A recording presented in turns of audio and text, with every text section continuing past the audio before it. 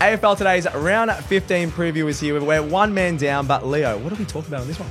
I'm going to mount a case for why Nick Haynes, and Mitch Georgiades could make the All-Australian side. Are you feeling all right? I don't know about I'm feeling good, mate. Don't know about that one. We're going to have a look at Nick Dacos and the tag-up win taker. Who wins that one? Check it out on AFL Today right now. Welcome back to the AFL Today show, brought to you by Stockhead, here for all of your round 15 preview needs. I'm your host, Liam McCain, also known as the Stats Guy. The couch is looking a little bit bare today. No Marcus Barzano, but we do have Leo Malay. We're going to double team this podcast. What a duo we have here today. What a duo. I have rocked up for work. We actually haven't heard from Marcus in, 18 hours? Oh, that's harsh. And he did go on a date last night, so who knows? Hopefully it went well for him. Well, hopefully he's back on the Sunday, because you do look a little bit lonely over there. I'm so lonely over here. I miss my boy Marcus. You two are usually touching each other. You ready to go for the show? Whoa. That's all right. Allegations. Brotherly love. Anyway, it's another awesome show as we delve into all the matchups, tips, debates, stats. We're also going to have the locks and big calls. I reckon I'm going to get another lock right. I'm happy. I would hope so. We're not going to get a big call right, but we'll get a lock right. Nah, we'll get some big calls right this week. We're also going to have an All-Australian debate. So obviously, fair way through the year. So you can talk about the All-Australian, the best players, and some smokies as well, which is going to be good fun, and everything in between for round 15. Make sure you subscribe to our YouTube channel. Please subscribe. Hit the notifications bell. It goes a long way. We're about 7.2, 7.3 subscribers, Kate. Yeah, around that mark. Yeah, which is really, really handy. Follow AFL Today across X, TikTok, Instagram, and Facebook. Facebook is Aussie Rules Today, and that includes our Nah Beers social posts. So we've actually already filmed that one, Leo. We're ready to go. We have, and spoiler alert, it may or may not feature in a later segment of this show. There you go. That's the All-Australian chat. All-Australian, yes, absolutely. And of course, make sure you get around this wherever you get your podcast on your podcast platforms. All right, let's get into round 15 previews. The Crows, the Hawks, the Demons, and the Eagles are on the bye. We want to just 10 seconds on that. Sick of the bye rounds. Yeah, we've had 8 this season, and there's still one more to go. Just do one or two max. One a year. Leave it at that. Thursday night footy is what we want to talk about. Fremantle versus Essendon, 8:10 at Optus Stadium. Now, Leo, we've got a different look on this one, and the conditions, they're going to be interesting. Yeah, normally we will give you the best analysis and insight because that's what we do on this show. But we're gonna give you that, but we're going to give a little bit of a different perspective. So there were 2 games at Optus last week, Stats Guy. There was obviously Freo North and West Coast Carlton. There's been rain all week. It's 20 to 40 mils. Oh, my God. I'm a weather expert, absolute meteorologist over here. And this, for those who don't know, State of Origin the night before as well on that ground. This ground is going to be in an absolute shambolic state for this game. And to add to that, the Bombers... The poor old baby Bombers, because they're bloody, new baby they're Bombers, fielding out some young kids. They are. They're playing 3 games in 11 days, whereas the Dockers a second game off the bye. They'll be fresh as a daisy. So if we're keeping all of that in mind, we got a big picture here. I want to ask you, Stats Guy, who do you think that advantages, and how do you think this game will play out based on all those little parameters? Well, usually the underdog, you go, in the wet. But I like Freo's playing in the wet. You've got Sarong and Brayshaw just really good at ground level, and obviously Shai Bolton can pick up a footy. I reckon if it was covered in dish soap. Shai Bolton can pick up a footy. If it was covered in dish soap. I know. He can pick up a footy. He's pretty good. I would hope so. You'd hope so. But I think it still helps Freo, especially the game after the bye. So you've had 2 games after the bye. We noticed that teams, when they come off the bye, are a little bit shaken up, and they need a reset. They've got another game because obviously Freo did look a bit shaky against the Roos. But I think this still advantages Freo because I'd rather them in the wet than the Bombers. Do you reckon because they've played 3 games in 11 days, the Bombers, that they could be in it at the start and then fade away? Or do you reckon at the start they're still a bit shaky? Usually you'd say yes, but the last 5 weeks, the first quarters for the Bombers have been woeful. They've conceded 39 points in the first quarter in 4 of the last 5 weeks. 39 points. So you're telling me that based off the last 5 weeks, they could get blown off at the start, and then because they might have heavy legs, they might get blown away late. Second quarter might be pretty good. Look, I think it's a tough one. Yeah. I think I completely agree with your Stats Guy. I think it'll be rare. They won't get blown away to start with. I think it will be somewhat close, but I think as the game goes on, Freo will be fresher, especially in those tough conditions. If Essendon are close in this game, it's a fantastic performance by them. I agree. And I think that they can do it. They showed against Brisbane up at the Gabba that they can stick around to a good side away from home. But, it's, as we said, 3 games in 11 days. And, we look at the midfield and the ruck battle. Oh, It's an I interesting know. one. The ruck battle is the very big one interesting because of the debutant, Leo. Yeah, so they have another debutant, the 11th of the season, Essendon. Vigor Vicentini, brother of Dante. I think that might be my favourite brother pairing in the AFL, Dante and Vigor. Is that just because you're Italian as well? I'm There you go. Italian. And but there's just beautiful Italian Beautiful names. Italian names, and I'd love to know where they're from in Italy. Vigo is just, I like Vigo. it. Vigo. He's up against Luke Jackson and Sean Darcy, but mainly Jackson will set up for a huge game here. I think he'll dominate in the possessions around the ground. Will just run Vigo into the ground. The poor guy. And I think it'll also set up Sarong and Brayshaw for a pretty big game because when Jackson's up and firing, and you mentioned earlier, Sarong and Brayshaw are very good players in those sort of wet conditions. Any conditions. They're the best defensive mids in the comp, I think, as Absolutely. a pairing. So Yep. I think with all that in mind, it's going to take a mammoth effort for the Essendon mids. And if young Vigo can... Look, there's no pressure on the young man, but imagine he just stood up. He stepped up and had a big game. Is that Italian? Stood up. Yeah, that does sound Stood Italian. up. No, I agree. I think they've thrown him to the wolves a bit though. I'd be having Goldie one more week, but he's an older man. Goldie's had, as we've said, 3 games in 11 days. They're going to have to rest him. Yeah, true. He's an older man. That's all right. But I'm excited to see Merritt in the midfield again because he obviously had a lot of centre bounce attendances last game. So it'll be a nice matchup if he gets to go on Sarong as well, which will be good fun. Tips and margin, what are we thinking? I think Freo by 45. I'm going to go Freo by 40. I think the conditions mean it's not going to be a huge smashing, but 40 I think it'll be is all about somewhat low scoring. Yeah, I agree. think, I think especially State of Origin there as well. That's brutal for Optus Stadium, but well, they get lots of sport over there in Perth. No, why not? All right, Friday night footy is the next one. Geelong versus Brisbane. What a matchup! 7:40 at Goomba GMHBA Stadium. You haven't heard that one, Goomba? Goomba. That's what the locals call Goombaya. it. Now, Leo. Yes. Geelong are handing out white tops on the seats to everyone in the fans. Every one of the Cotton fans. on tops? Actually, it might be cotton on. I didn't actually look at that, but they're all nice Geelong white tops, similar to the NBA playoff games. I've been to a few myself, and you all get a shirt, and everyone in the crowd. Brag, mate. I wasn't even trying to brag there. Everyone in the crowd gets an awesome shirt, and it looks so cool. So they're calling it a whiteout game. In the spirit of the sporting tradition like this, what's your favorite, or what do you think can be more influence in the AFL? That's a great question. I don't mind like splitting up the fans like they do at off football, as they say, Soccer, but yeah. soccer, Yeah. like EPL and things like that, and having different sort of sections for fans, like an away end, a home end. And You just like that because you don't want to have any fights with other fans. Like I you do at don't. the And footy. I think the limbs would be awesome when a goal gets Yeah. scored, and I think having chants throughout the game as well. Like Aussies, they don't like to do that. They probably find it a little cringe, I feel. Have you got any Hawks chants for us or a Geelong chant? Oh, Jesus, that's off the top of the dome. I'll get back to you on Did you that do it, one. Josh Ward, Wizard? Josh Ward. You got some Josh Ward chants? I'll cook up something. You put me on the spot. Nah, sorry, I did. But I really like that. I think we can sort of take things from American sport, not like everything, because sometimes that can be a bit annoying. But then in terms of like soccer, the chants would be awesome, the separate things. And I love the shirts. Everyone gets a shirt and it look really good in the crowd. Oh, yeah. Guernseys, but as a shirt. Oh, yes. That'd We've be talked awesome. about that. That would be really good as well. In terms of the actual game, it's Danger's 350th. So what a legend he's been. He's got a premiership, a Brownlow, 8 All-Australians. Not bad. That's not bad, isn't it? Yeah, that's pretty damn good. And 4 BNFs, 1 at Adelaide and 3 at Geelong.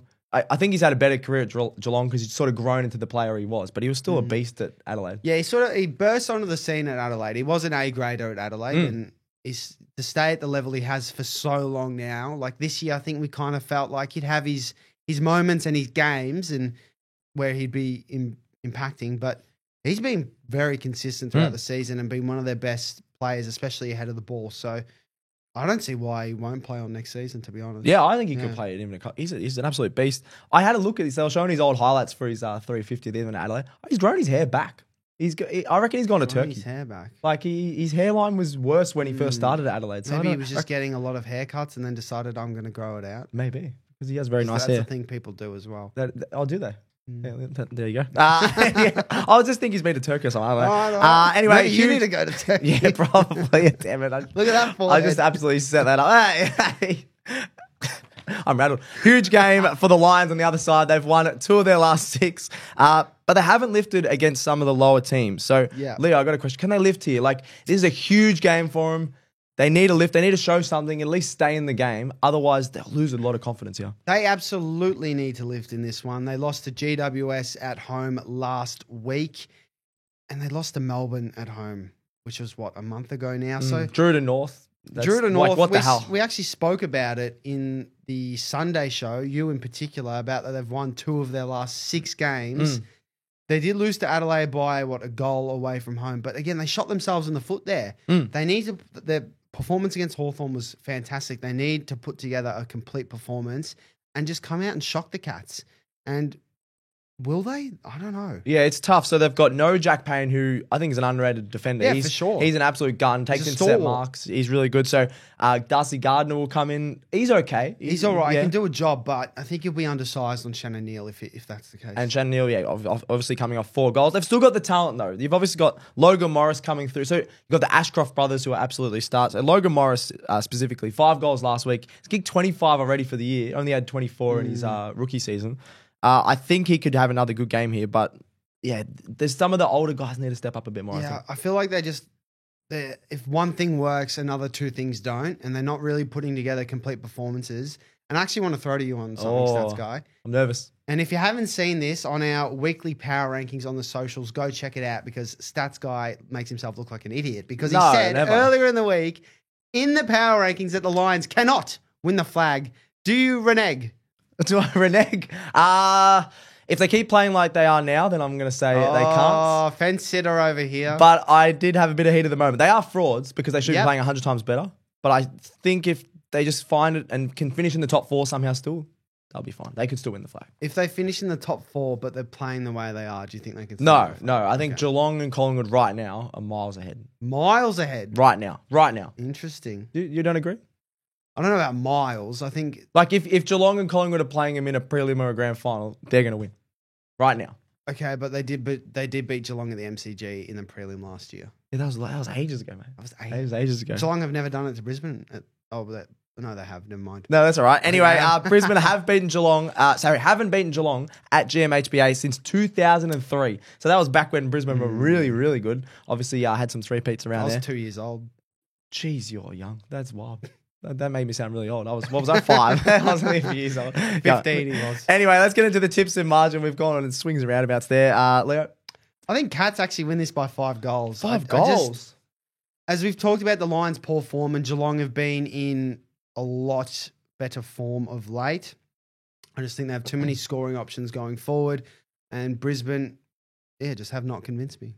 No, I agree. I was very harsh towards Brisbane just then, but I think they can sort of lift for this one. And Geelong have had some close games, so I'm going to go, other than last week, obviously, the Bombers won. So I'm going to go Cats by 12 points. Interesting. I think down at the Cattery, they lost to GWS there. That was a bit of an unexpected result. They do lose to some of the bigger teams there, so I think it will be close, but the Cats will get the job done. Imagine Lions win. Well, that'll throw your power rankings out of whack. I know. Where are they going to be then? Flag favourites. No. I don't think that's going to happen. Saturday, 1:20 at the MCG is Carlton versus North Melbourne. This is going to be an interesting one, Leo. This is going to be an interesting one, but I want to throw it straight back to you, Stats Guy. Yes, really. Are North better placed than last time these two sides played, which was like 82 points a couple months ago? Oh, I don't want to talk about that. Yes, it was 82 points 7 games ago. So, since they last met, I do believe North have come a long way. I do believe. I say a long way for North standards. So, you've got 7 games since they last met. Only 7. That's I know. And some teams haven't even played each other. That's crazy. It's a bit weird. So 7 games since they last met. North have had 2 wins, 1 draw, and 4 losses by under 9 points. Oh, really? Under 9 points? Yeah. So, it's been so hard being a North fan because you just want to get over the line. But there has been a lot of improvement, especially on the defensive end. So you got the Blues kicked 153 points last time we played. And since then, North have only conceded an average of 77 points. So I think there's a lot of improvement, mainly on the defensive end. You've obviously got Commons doing well. The last 3 weeks, maybe 3 weeks. I'm going to say 3 weeks. Luke McDonald's actually been pretty solid. And I know you're not the biggest fan of him. Yeah, but well, he's been solid. We can praise him when he's in form and playing and well. even Toby Pink stepped up. I didn't think he was in our best team, and he's clearly in our best team. He's a very good defender. So as a North fan, I've loved the improvement. Would like a few more wins, but I think we've come a long way since that last time. Well, you bring up the defence for North, and it has been improved. There is no Harry Mackay for this one. No. There's no Walsh kicking it to Harry Mackay. Yes. And Curnow is a test. So that does help your defense because I feel like when Carlton come up against North, it's always those big guys who either Just dominate or bring it to ground for the smaller guys. Is there anyone that could come in for Carlton? To Yeah, replace him? Harry Lemmy. So I've got Harry a few Carlton Lemmy. mates. Let me tell you about Lemmy. Let me tell you about him. He kicked 4 goals last week in the VFL. Interesting. A lot of Carlton fans think he's the man that should come in. Obviously, with Mackay out, even if Curnow plays, if I was Carlton, You'd still play Harry Lemmy? I reckon you should because North just can, other than the last few weeks, concede goals to the big forwards. So, yeah, what do you think? Would you bring in Harry Lemmy? Because I don't think you get enough output from Jesse Motlop and some of the small. Well, Mitch McGovern as well. Mitch McGovern. But I don't. If I'm Carlton, Yep. and Curnow has any doubt of playing, I wouldn't risk him. Yeah, I But agree. knowing Carlton, I'll play him. I agree because I think Carlton can win this without him. Yeah. Do you reckon they'll just play him anyway? I think I'll just play him anyway. That's what they do. They Yeah, don't really care. This stat sort of helps that they don't need to play all their big players. They've actually won the last 5 against the Roos by an average of 46 points. Yep. I don't think Curnow out changes that, like the big margin. Like if he was out in some of those games, Carlton still would have won. But a big battle in this one, probably the most fun battle. You got the Emphasis midfields, on big. literally big. TDK versus Cherry. So probably 2 of the top 3 ruckmen in the competition. Battle for All Australian. Who do you reckon wins this matchup? And battle for All Australian. Can TDK make All Australian, or is that a bit too far? TDK's AA squad and not the team just yet. This battle's going to be awesome, though. I think Jerry's a clearance beast in the ruck. He's a strong boy. TDK's, your endurance, run around the ground, do damage around the ground. So it'll be really interesting to see. I think if North are competitive and win clearances off the back of Jerry, then Jerry wins the battle. But if TDK can hit the scoreboard and push Jerry defensively, it's going to be a great watch, if I'm being... And you don't normally go to games for the ruck battle. The last couple of years, we've had some really good rucks, like Rowan Marshall, Gore, Cherry. Yeah, but you don't go to a game to watch Rowan Marshall versus Tim English. That's true, but you go to a game to watch TDK. I don't mind watching Jerry versus TDK. I'm intrigued by that. Yeah, so Cherry's 18 disposals, TDK 20, so he gets him on that one. Averages, that is. Averages, sorry. Yeah. Cherry, 36 hit-outs, TDK 29. Cherry, 8 clearances, TDK 6, so still really close. Then the difference, Cherry loves the tackle. So that'll be interesting if he can get him to ground. 6 tackles. But then TDK is better around the ground. 4.5 inside 50s, which is elite. Yeah, he sets him up. So he's that extra midfielder, and then Cherry's that extra grunt that North needs. So that'd be good fun. Yep. Tips and margin, we've broken it down. Surely the Blues still win. I think Blues will win, but I think it'll be somewhat close. I think on the G, it'll be open for North's game a little bit, but clearances... It'll be an interesting clearance battle as well. I think Blues will win by a couple goals. Oh, just a couple of goals. Just a couple goals. I'd honestly take that. I'll be heading... Oh, you're going to the game as well. Love it. What was that? That's a stat for you. North. Leo goes for the Hawks. How many North games have you been to this year? 7 North games and 8 Hawthorn games. That is wild. I get stressed watching North games. At least you don't have to worry. I get stressed watching North games. Yeah, exactly. I'm going to go Blues. I'm going to up it a bit by 30 points. I think North can be in it for even 2.5 quarters, but they just got a lot more depth, I think. And if Curnow does play, can be even more. But if he doesn't, 25 to 30 points, I reckon the margin's going to be. Yep. All right, next one on Saturday is Port Adelaide versus Sydney at the Adelaide Oval, 4:15 Saturday. Leo, there's a few potential ins for Sydney, which could the Swans will be cheering. Cheer. Cheer. They'll get Amadi back from suspension. Yes. But potentially, as we are recording Wednesday in the morning, Papley and Errol could be back in the side. That's pretty tasty. Who do you think's been the bigger missing piece for them? Oh, we talked about this the other day. Honestly, Papley. Just in terms of goals, they can't kick a big score, which we're going to touch on in a second. And Errol, you've got Warner, you've got Heaney. I know they haven't been at their best, but they've got enough players in there. Even McInerney's been playing pretty well.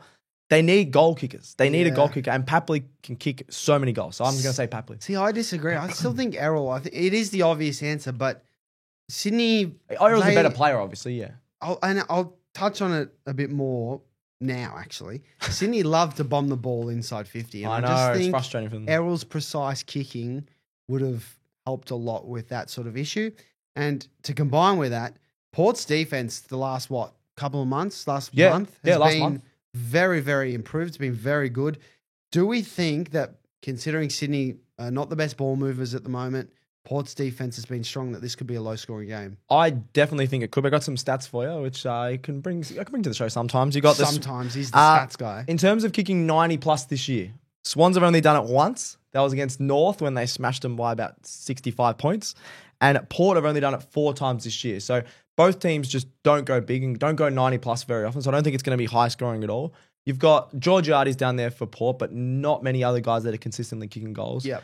And then if Papley comes back in, I think they can kick a few more goals. But Marty's inconsistent. A lot of their forwards are very inconsistent. Yeah, they haven't relied that. Yeah. Well, they have relied on Francis and Hamling, and that isn't going to. They've done a job, but they can't do that every week. So I think this could definitely be low scoring. And on Port's defense, I just want to keep saying about Radaglia because I used to give him so much crap. I think a lot of people. I just thought he wasn't AFL standard when he was at the Cats, and then he came over and he was stuffing up a lot. He's so much cleaner. He just looks confident. He's taking marks. He's using his body more because he was always this big muscly guy that just wouldn't use his body. He's using his body. I just love it. He's showing why they got him.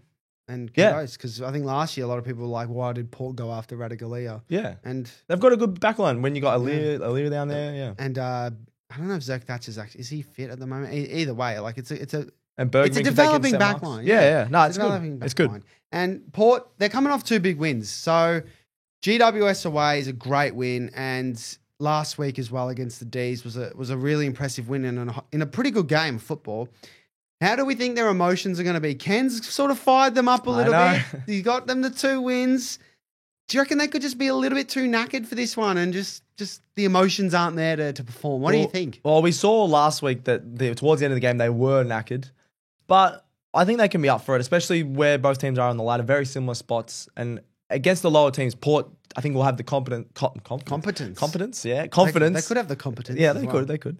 Confidence from the last few weeks that they're like, we're actually better than, where are they? Like 14th. We're better than that. I think they're 11th now. Oh, there you go. But they probably have belief that they're better than that even. Like they think they're probably a final side.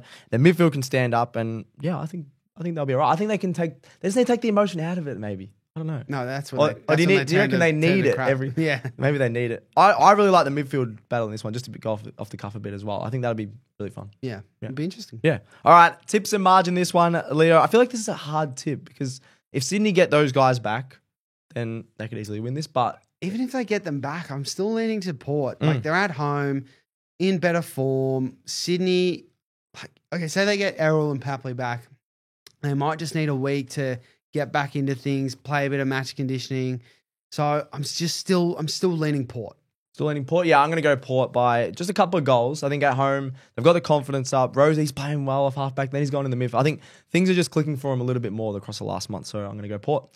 All right, next one, Saturday night, 7:35 at Marvel Stadium. Yes, Collingwood are playing at Marvel Stadium. Collingwood versus St Kilda. Now, St Kilda won this matchup last year at the G. They killed them in the 3rd quarter. It was Spud's game, so it was an awesome game. I can't believe they won that last time. It was the Jack Higgins miracle goal from 50 out. That's right. That was out of bounds, but that was definitely out of bounds. Yeah. Do we need that? Actually, what happened to that ball technology? Are they even using that? The one that can go out of bounds? The one that... I don't even know what you're talking about. They had a chip in the ball that can detect if it's over the line. Remember they were testing it out in AFLW? Well, that just went out the window anyway. 3 of the last 4 have been close between these sides, which really surprised me. 15 points or less. Do you reckon the Saints can surprise us, Leo? You're just a weird man in general. But then you also like the Saints for some reason as a Hawks fan. I love the Saints. Can they surprise us? It has nothing to do with my manager being a Saints fan. Nothing at all. Oh, there you go. Give me the bonus. No, I think the Saints... No, they can't surprise us. I hate to say it. Yeah. They're going to be bringing some kids in. So Taru, for his first game, is rumoured. He's an intercept defender, very athletic, tough at the football. And they're most likely going to bring Philippou back in from an injury and Darcy Wilson from the VFL. So there's some big I like their young kids. Yeah. I'm on record saying that. I think they've got some growth there.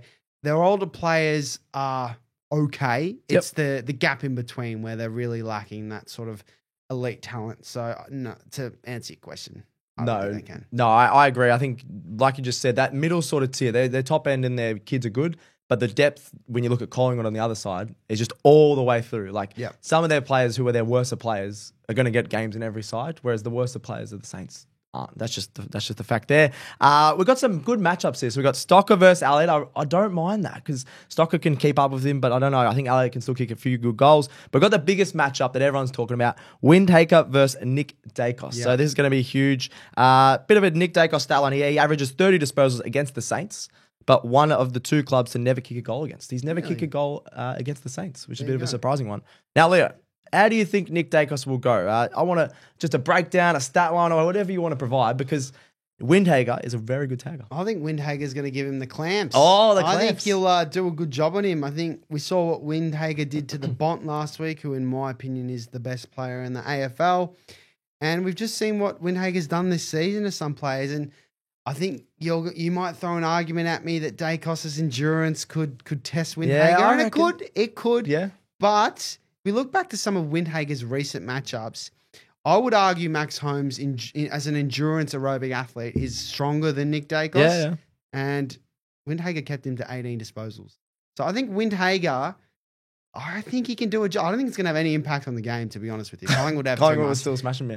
But I just think Dacos might be kept a little bit quiet. Look, you got some good points. I just think I do think of the fitness. I was at the G a few times where Dacos has gotten tagged, and Collingwood, actually even North, there was a few mini tags at the start of the game, and the Pies just looked for him. Like there was a few times where they definitely didn't have to go to Nick Dacos, and they're like, "Here you go, Nick. Here, you're a good kick. You're a good kick." But like, that would impact them, I reckon, negatively. Yeah, probably.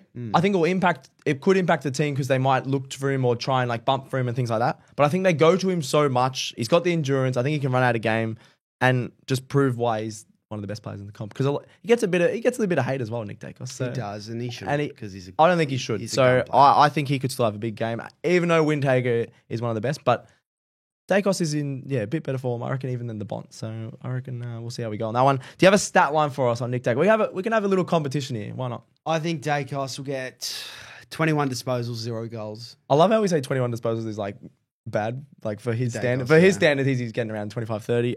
0 goals, yeah. 0 goals. I think they're going to kick so many goals that he has to get one. He'll get a free kick down there. He'll get a snap from the boundary when Windhager. Free kick, he's so skillful that Windhager could be pushing him towards the boundary and he could just snap one in. So I'm going to go 27 disposals and a goal.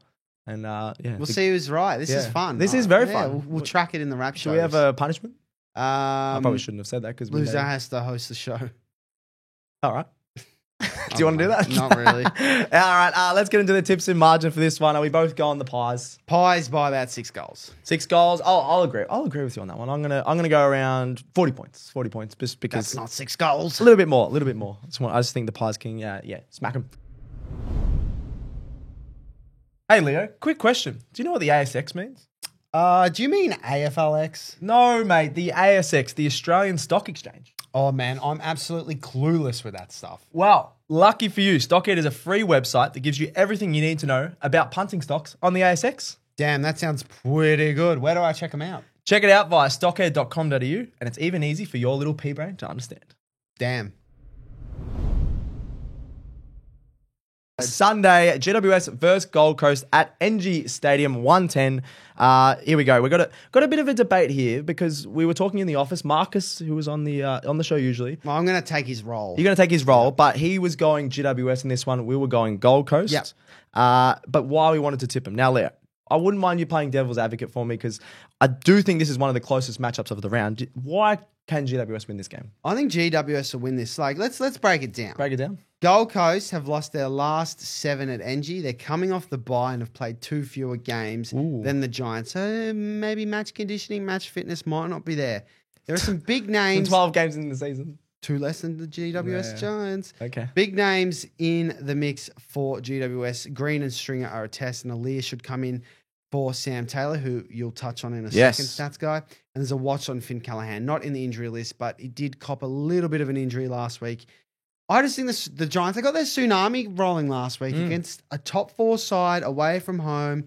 You know, Callahan was brilliant. Hogan and Cadman were firing on all cylinders. And I just think if those two can step up again, which they easily could. You got Collins, who's a great defender, but, you know, Mac Andrew, how is he going to go on Cadman or King? Yeah. Oh, not King. Hogan. Hogan. Yeah. So they're just rolling, and I think they could be a a chance to win this if I'm playing devil's advocate. I don't actually believe that. Oh, there you go. Well, thank you for playing devil's advocate because we need to have a look at both sides, especially when it's a really close matchup. I'm going to tell you why the Suns are going to win. Right. They are the top four offense and defense in the competition. The Giants all the way back down in 8th. That puts them in the premiership window, no? It absolutely. Oh, yeah. Statistically, it does. 4? Statistically, it does, but let's just calm down a bit. Okay. The Giants, you said they got the tsunami. It's been flat waters every 2 weeks. You have 1 week going, oh, it's a tsunami. Then you got flat waters, you got calm waters. Absolutely no tsunami seen. That half the season they haven't even had a tsunami. So I'm not buying the hype just from 1 week. I'm still on the Suns. I'm still on the Suns. Then the biggest out is Sam Taylor. He's out for 4 to 6 weeks. That's gonna cost him a few games. I think. I know he wasn't great last week, but maybe he was half injured. Are we gonna make him feel better about Logan Morris kicking 5 on him? I don't know. No. Because it could have had a factor. It could have been a factor, but Logan Morris did play very well. Logan Morris played well. But that's a huge out. I think that's a massive out, especially, when you've got Ben King. So who goes to Ben King? Who do we think? Jack Buckley. I think I have to be but he's a good not player, big enough, but I don't think. No, he's big enough. Is he? Yeah, he's tall. But I also should check if he's fit. Yeah. Well, that'd be very handy if he is. No, that's all right. But I think that the Suns are just better placed. They're a better team, and they just show a lot more consistency. And Jeddah Browse, I think they've lost 2 of the last 3 at home, including the Monaco one. So they've been a bit shaky as well.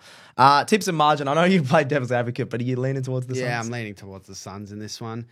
It is off the bye is the only thing that is a bit makes me nervous with this tip because teams off the bye haven't performed probably to their best, but Giants are just a weird team. They're a bunch of weird dudes doing weird stuff. They are. I think Gold Coast. Yeah, I'm going to go Gold Coast by a couple of goals. I think it's going to be really close. I think it could be really high scoring, similar to Giants game last week. If they can keep the tsunami going, then yes, they can get a win. But I don't know if they can keep up with Gold Coast scoring, who have been better at scoring all season. So I'm going to go Gold Coast by a couple of goals. All right, next one on Sunday, 3:20 at Marvel Stadium is Western Bulldogs versus Richmond.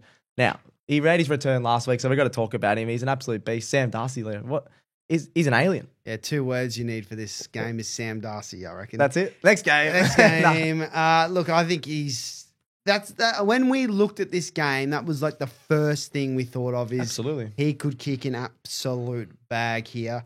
Now, Ben Miller did keep Jesse Hogan goalless. So we do have to give a little bit of, plaudits to that. That was a great performance. Mm-hmm. I think Darcy's a completely different beast because Miller's a tall dude. I think he's around 200 centimeters, but Darcy's 10 centimeters taller. He's 10 centimeters taller than everyone. If you just kick the ball on his head and Miller's like scrapping and jumping for everything, Darcy could just be like, yeah, that's a mark. Yeah, he's so good. It's a different matchup for him. I still think Darcy will be on fire in this one. How many goals just off the cuff? I think 4 or 5. He'll miss a couple too because he does love to miss a few. Yeah, maybe 4-3. 4-3, I like that. Yeah, don't mind. Lock it in. So are the Dogs best placed for an absolute monster win here, Stats Guy? I think Richmond are the biggest outsiders we've seen this season since round 1 when they played the Blues. And we know what happened then. So they won. So 2.0. Are you saying Richmond's going to win? They could. No, there's no chance. At Marvel, which since the Dimmer curse happened, they don't like playing at Marvel as well. So I don't think they're well placed at all. I got a stat for you, actually. You got a stat for me? Yeah. Okay. The Dogs in the last 8 matches average 112 points, so they're flying on offense. Everything's just clicking, and they've got Sam Darcy back, so they could even up that even more. Whereas the Tigers, they only average 64 points. Yeah. A lot of games, they try and make it a scrap because they're actually pretty good at tackle pressure and two-way running. Some of their midfielders are actually all right at doing that, but they just haven't got the skills to keep up. No, they don't. I don't think they do. And I think, that's where the detail in this game lies, and sort of the difference is the offensive firepower for each side, because there is a world where Richmond are competitive, and as you said, the tackle pressure, the two-way running, some of the green shoots standing up, which they have been. Seth Campbell could kick Seth Campbell, yeah. But the Dogs won't need many chances to kick a winning score. If sort of how I look at it. Richmond could lead inside 50s, 50-40, and Dogs, that could be enough for the Dogs to still win because of their offensive firepower. Yep. So I still think, Dogs will get this done. Yeah. What's your margin then? I think we'll go 69 points. Boy, sorry, Richmond fans. That's all right. I'll save my margin for my. Like he's a Richmond fan. That's all right. They know that this type of game is a tough one. I'll save my margin. I'm going to say Dogs by A lot. Plenty. A plenty. Plenty. There we go. I'll save my margin for the big call, actually. Okay. Yeah, there we go. All right, let's get into an all-Australian debate just to finish off the show before we get into big calls and locks and all of that, because we like talking about this around the office, so we might as well talk about it on the show. So we've got some roughies, some all-Australians and things like that. I'll start off with the defence. Okay. We've got Nas Wanganeen Miller, Leo. Is he in your all-Australian team right now? Yeah, he's in mine. Halfback flank. I think you did mention to me off air that his kicking hasn't been great statistically this season. Yeah, it's like 65%, which usually he's up to like 70, 80%. Yeah, but he's still he's elite. shouldering a lot of the load when you think Yeah. about it. And I just think he is a smooth mover, and they do rely on him a lot for ball use. He's got to be in there. Yeah, and we've got another Saints man. I don't know how we're putting two in here, but Callum Wilkie. I think Nas I'm keen on, but Wilkie, there's too many good fullbacks, so I'm going to say no on him. I'm unsure on Wilkie. Can I throw out a smoky, actually? Sure. In Wilkie's position, Nicholas Haynes. Is his name Nicholas Haynes? Nick Haynes. Everyone bagged him at the start of the season, and people could bag me for this call, but he's had 41 intercept marks this year, which is the equal second most, and 115 marks, which is the second most. He's been a very handy recruit for Carlton. He has. In that third defender role, could he make the All-Australian side? Well, I don't think there's any chance he's making the All-Australian side, but Could squad? possibly. Nah. No? I don't know if I can fit him in. I think he doesn't provide outside of that. I think he's a very good mark. He's a Does solid Wilkie, kick. though? Well, you don't have No, Wilkie Wilkie's there. a good kick. He's a very good kick. But I don't know if Haynes is on that level. I do like that you've given him some plaudits, because no one has been talking about him since the start of the season, because everyone was saying he's a horrible After recruit. that Richmond game, Yeah. everyone wrote him off. But he's been great. So I don't mind it, but I'm going to say no. Fair enough. Let's get into the midfield. We've got Steele side bottom. He's Benjamin Button. He's an old man, but he's killing it. What do we think? Unfortunately, I kind of want him to make it, because it'd be so cool for someone we all thought was kind of finished to Yep. make it. I think he won't make it. He'll make the squad, but just misses out for mine. I agree on that one. Ed Richards. So we're a bit torn on this one, but you reckon he's going to make No, it? I'm very big on Ed Richards. I think Marcus is as well. Did you know, Stats Guy, Ed Richards, as a midfielder, has 6 more goal assists than anyone else in the competition? So he has 22, and the next most has 16. Really? So he's doing his best Graham Myers impression. He's doing his best grind. Well, what did I just say? I just copied what you just I said. knew you would hate that. Ed Richards is a way better player than Grime Myers. Oh, I don't know about He way sets up his teammates. He low-key scores a lot as well. Yeah. And he wins the football. I think he's been the Dogs' best player this season. And, Yeah. maybe outside of Darcy, should be in this team. He should be in this team. That's a big. I'm going to say he's just getting nudged. I think I'm putting on my bias towards the big names. I think I need to, but he's very close. So maybe in the next couple of weeks, if he has a 30 and a goal in the next couple of weeks, then he'll be back in. He will. George Hewitt. I think he could be in there. So you're saying no to Richards, but yes to Hewitt. I like his pressure. I like his tenacity. I like he gets. I like it too, mate. Don't get me wrong. And I think Hewitt... think you're forgetting about the first 6 weeks of the season. That I think Hewitt had a better run. In the first 6 but weeks. would you take an amazing first 6 No. weeks? I'm just saying your recency bias, I reckon, on Ed Richards. I don't think I am. Richards has been consistent Nah, he throughout the has. season. I love what Hewitt does. He's a great inside midfielder, but he does He does lack that outside sort of burst and Yeah, run fair. and kicking. Richards can give you both, I reckon. And No. that's why I'd have Richards in there. Look, you're providing some good arguments here. Did I convince you? Not yet. Oh. Maybe next week. Let's get into the forward. The forward line is the hardest one to pick, I think, because there's so many good small forwards specifically. Mid-size as well. Mid-size. So we've got Ben Keys to start with. He's kicked. I'll read out some stats. 25 goals. 25. Look, he doesn't have the goals as some others, but I would have him in there because he Really? plays the half forward role to perfection. Yep. And I think as a half forward, he can slot in there. Jamie Elliott has to be in there. Yep. 34 goals. Most goals by a small. He's my forward pocket. Lock it in. Agreed. Ben Long, I think he's a bit stiff, but I'm going to say no. I'm going to say no. He has played 2 less games for 24 goals. Oh, actually, he could kick it back. He could, if he has a big second half of the season, I'd say yes. Yep. But no for now. And then he's partner in crime, Ben King. I'm going yes. 33 goals, 2 less games on the bench for mine, though. On the bench. Okay. So how many tools you having? Because you got Hogan, I've Cameron. got Hogan and Cameron, and with King on the Yeah, bench. I want to At see the how moment. he goes the rest At of the season. moment. Yep. And then you got a Smokey. What is going on here? He's not in my team right now, but just a watch on him. And I think our old mate Kane Corns also said it, and there was definitely no bias in it. Mitch Georgiades. So 32 goals, which is very impressive. 22 behinds. He could have been leading the Coleman. Yeah, so he's poor accuracy compared to everyone around him. But, how's this for size? Leads, marks inside 50 and marks on lead. And the marks inside 50 is by like 6 or 7. Really? So, but is that because there's no one else down there? But, maybe, but you still got to mark him. That's true. He's mounting a case. True. I'm just saying, he's not in my team, but just watch him. I think that 32 goals, though, is helped big time by the 7 last week. If he can back it up with another few big bags. I think he can. I don't know if he can. I'm a big Georgiades fan. I don't know. You're not as sold. I know. Just something about him. And then we'll finish off with the rucks. Gorn or Cherry are the 2 big ones. We said TDK earlier, but probably the 3rd best. I generally think both can fit in there. Chuck Cherry on the bench or Gorn on the bench. Who do you think? I don't think both. Oh, sorry, stats guy. I'm going Gorn. Oh, how dare... Nah, Gorn's been amazing. I just think Jerry is a premier ruckman of the competition. I just think Gorn can give you what Jerry gives you in clearances, but does more than Jerry around the ground. Yeah. So that's my reasoning. No, you've got some good... I think I agree around the ground, but I think the tackling pressure, the clearances are better on Cherry's side. So I'm leaning towards him, but I'm going to have both because I think rucks have been amazing this year. Both? What a nerd. What's wrong with that? You can have 2 rucks. Pick one, mate. Stop sitting on the fence. I'm going Cherry then. If you're going to stop being biased. Yeah. Pick the other one. He just wants me to pick Gorn. All right, let's finish it off with the lock of the week and the big calls. Now, Marcus isn't here, so we need to carry these few segments.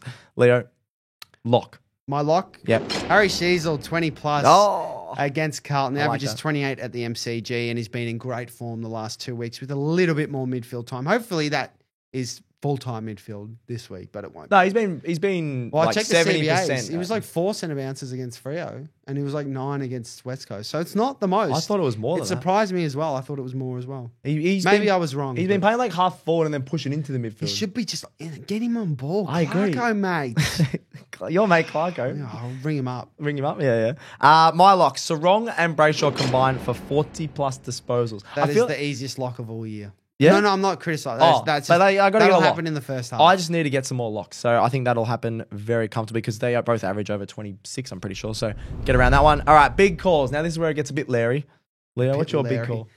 I'm going Ben King for 4 plus goals. Now, people might say that's not a big call. Yeah, that's not a big call. With no Sam Taylor. Yeah. But I'll throw in 6 plus marks. I'll give you that because his last 4 weeks, I don't think he's had more than 3 or 4 marks. Yep. So you up it with the 6 marks because I was egging on for you to make him kick another goal. But yeah, we've settled on the 6 plus marks. I'm happy with that. You happy with that? All right, I'm going to have an even bigger call. Dogs win against Richmond by 100 plus points. That's a lot of points. But I had a look. Points, yeah. It was 90 or so last time they met. I can't remember the exact margin, but it was 90 when they last met. They absolutely smoked them. The Dogs have Sam Darcy back. They're kicking 112 points without Sam Darcy on average. Imagine when he comes back. They can kick 150 plus in this one. And Richmond, I don't see scoring above 50. So that's 100 plus right there. I tend to agree. But let's just imagine a world where we go into the Sunday show and it's like a 10-point win to the Dogs. How exciting! It'll be better, but I really want a big call, so I'm going to be cheering on the 100 plus. That's fair because we need a big call. I'll be cheering on a good game. Yeah, I might go to it. You might go to it? Maybe. I don't know. It's at Marvel. I don't mind Marvel. Yeah. It gets a bit too much. I'll let you know. Yeah, you let me know. Oh, that'd be good. I'll see you there. All right, that'll do us for AFL today. We've got through the show, Leo. Just us two. So well done. Yeah, I've actually had to listen for once. It's I know. been tough. I know. It's been really tough. For people behind the camera, we don't always listen to each other, but we did well. We don't. We did well. If you enjoyed today's episode, make sure you subscribe to AFL Today on YouTube and follow us on X, Facebook, Instagram, and TikTok for more footy content all season long. Subscribe, star, and like all of our shows on your podcast apps. That's Cricket Today Show, AFLW Today, Hold All Tickets, True Bloods, Honest Beers, and Footy Form Guide. Thank you so much to Alessi behind the camera. Well, we'll see Marcus next time on the couch next year. Thank you very much, Leo. No, thank you. And if whatever you thought about this show, whether you think we're right or wrong, just drop a comment. You can criticise us for our footy opinions. Or you can enjoy it. Or you can say Leo's the smartest, most handsome man ever. Because I never heard that before. I saw a comment the other day that was Leo Malo that said that on the comments. That's a bit strange. That was a bit strange. Yeah, that was a bit strange. Anyway, we'll see you on Sunday for the wrap of round 15. We'll catch you then on AFL Today.